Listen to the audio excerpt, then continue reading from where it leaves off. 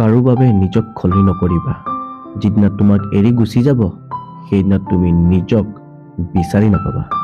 তুমি সদায় নিজক লৈ ব্যস্ত থাকা। তুমি এনেকুৱা কাম কৰা যাতে আনে সদায় তোমাৰ কথা ভাবে। চকুৰ পানী যদি কথা ক'ব পাৰিলেহেঁতেন, তেনেহ'লে শিকাই দিলহেঁতেন যে কিমান কষ্টত চকুৰ পানী সৰে। আনৰ উপদেশতকৈ নিজৰ ভুলৰ পৰা বহুত শিক্ষা পোৱা যায়। পৃথিৱীৰ আটাইতকৈ ভয়ংকৰ প্ৰাণীবিধ হ'ল মানুহ জাতি, যিয়ে নিজৰ স্বাৰ্থৰ কাৰণে যি টি কৰিব পাৰে।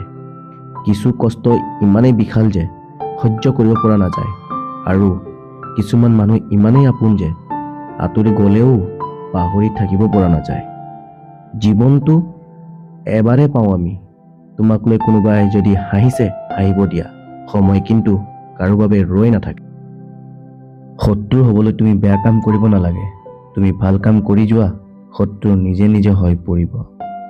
ভৰসা তাকেই কৰা যিয়ে তোমাক তিনিটা কথা বুজিব: 1. হাঁহিৰ পিছফালে লুকাই থকা কষ্ট, 2.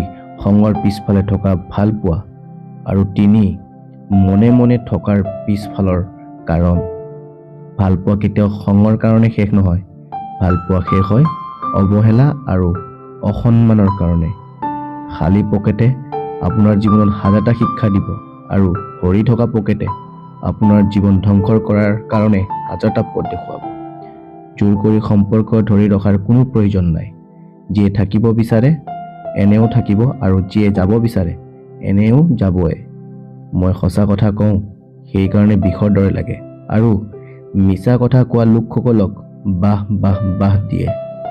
বিষাদ শব্দটো অকল প্ৰেমৰ ক্ষেত্ৰত জড়িত নাথাকে, জীৱনৰ বহুত সমস্যাবোৰৰ লগত জড়িত থাকে। কোনোজনে বিনা কাৰণত মৌন হৈ নাযায়। কেতিয়াবা বিষাদবোৰে শব্দবোৰ কাঢ়ি লৈ যায়।